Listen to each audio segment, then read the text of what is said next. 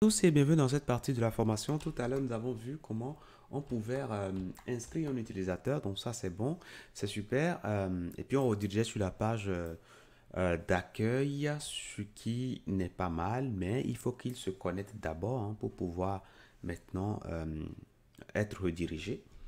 Donc, du coup, je peux décommenter ceci. Donc, dès que tout se passe correctement, on met la notification et puis on va simplement cacher le modal. Super. Maintenant, le formulaire de connexion, nous allons penser également à cela. Et du coup, je vais rapidement créer ici une variable sign-in-form.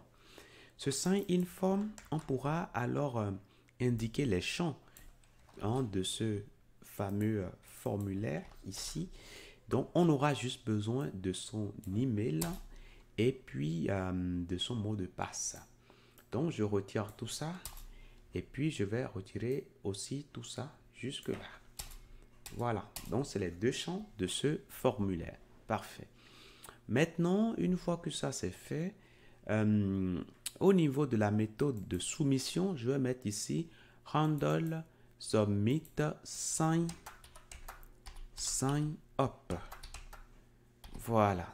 Comme ça, on pourra faire la part des choses. Je vais faire ceci, je vais dupliquer. Et ici, on aura sign in. Sign in. Voilà. Donc, je vais au niveau de la logique ici. Tac. Je fais le changement là. Parfait. Et c'est bon. Maintenant, je peux revenir maintenant au niveau du formulaire d'inscription, de connexion. Donc, c'est bien ici. Super. Pour l'instant, on va rester sur l'email uniquement. Le mot de passe. Parfait. Et donc, je vais commencer alors par insérer. Le name, ce sera ici email. En dessous, on aura password. Password. Voilà. Après, le form control name, ce sera quoi? Allez, ce sera email. Voilà. Et du coup, ici, on aura password. Parfait. Ici, on aura form group. Et on aura ici form, plutôt sign in. Sign in. Form.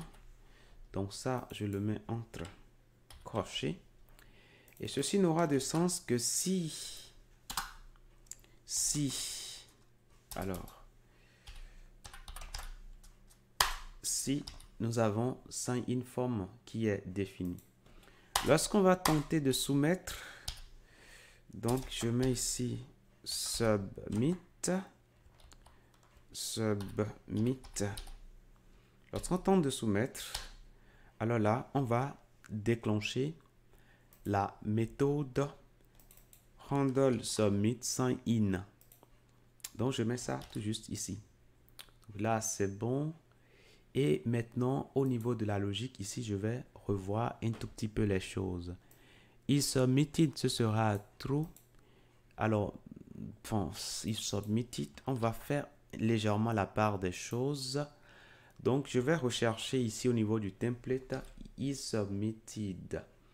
Et je vais remplacer tout par is sign up submitted.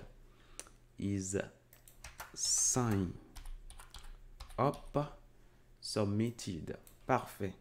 Puisque là, désormais, on a une page sur laquelle nous avons deux formulaires. Donc là, je change partout. Et du coup, je vais au niveau de la logique et je ferai également pareil. Donc, pour l'instant, on change partout. Je suis d'accord. Et une fois que c'est fait, nous allons penser également à créer is sign in. Submitted. Donc ça, c'est bon. Et au niveau de la méthode de soumission ici, ce sera sign in. Submitted qui sera à true. Donc ici, si sign in thumb est invalide, on retourne directement. Maintenant, si c'est valide, on récupère les informations, le email et le mot de passe. Et puis, une fois qu'on a ces informations, on pourra faire un sign in. Et quand on a une réponse, ici, on aura sign in success. Voilà, et on n'a pas à faire ici avec un modal, hein. Voilà, mais on pourra rediriger sur la page d'accueil.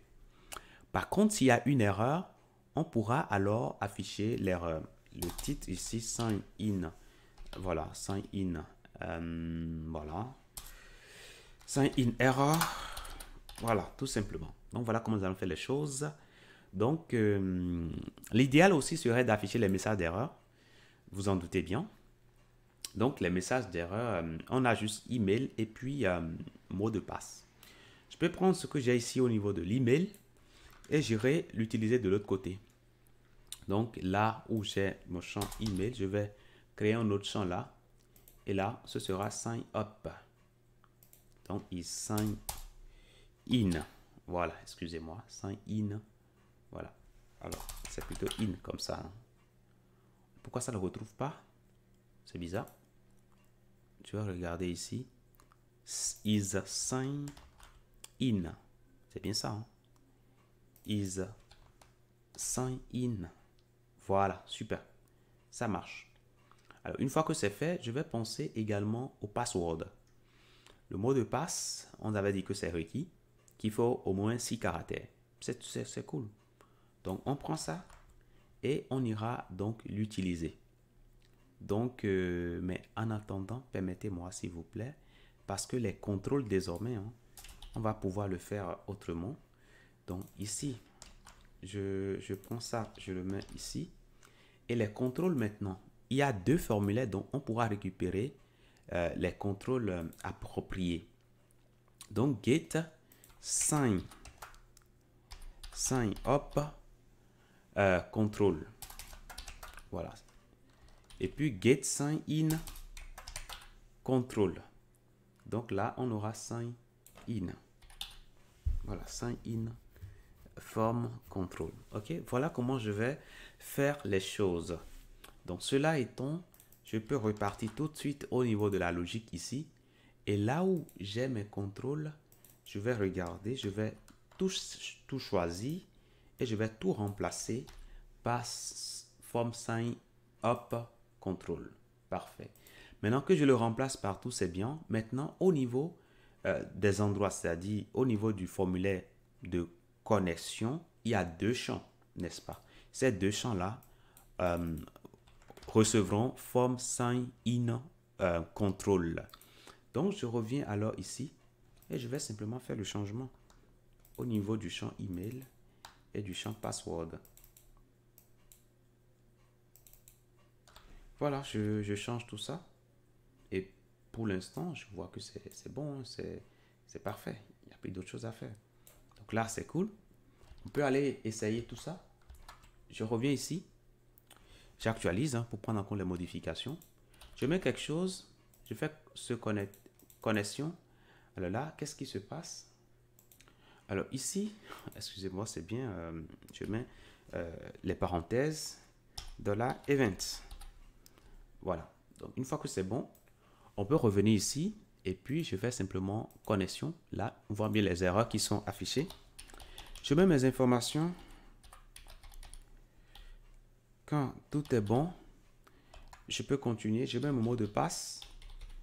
Quand tout est bon, je fais connexion. Et là, vous voyez qu'il y a une erreur. Alors, je fais connexion. Là, vous voyez que ça met user not found. Voilà. Donc, voilà le message d'erreur. Alors, je reviens tout de suite au niveau de la logique ici. Là où on soumet le formulaire là. Attention, là, ce qu'on récupère, hein, c'est les informations du sign-in. Et puis, je reviens ici, je mets mes informations, je fais connexion. Là, j'ai mis le mot de passe de manière... l'email, c'est erroné. Donc, du coup, ça me met user not found. Parfait.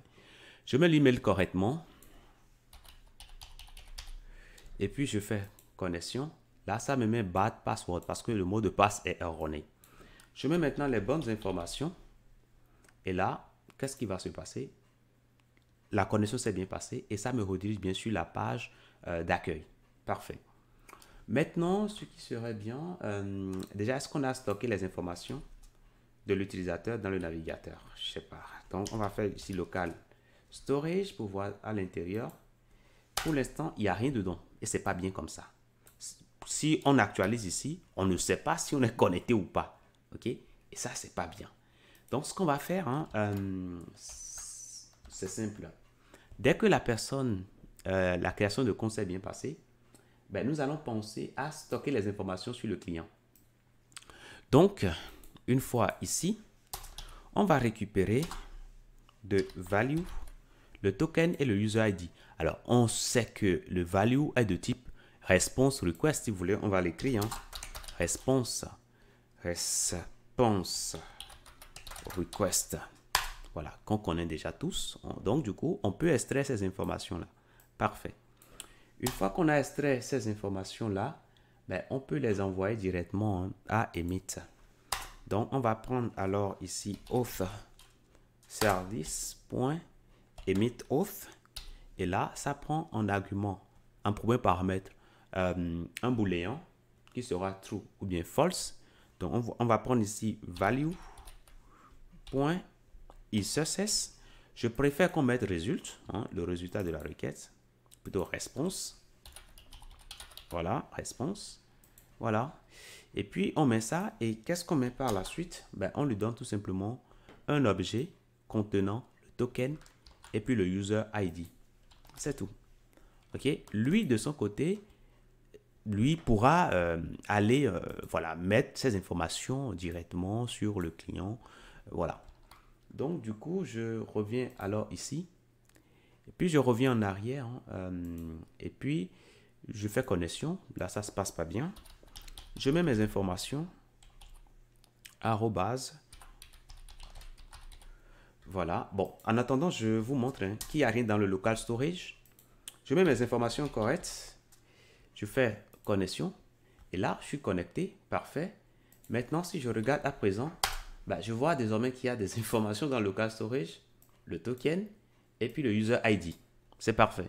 Donc là, désormais, les informations de l'utilisateur connecté est stockées. Donc, lorsqu'on va réactualiser même le navigateur, puisque comme c'est déjà stocké dans le local storage, on aura toujours accès à ça.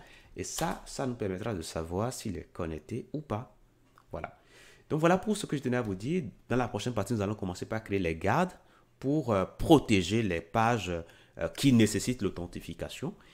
Et donc, voilà, je vous dis merci et à tout de suite.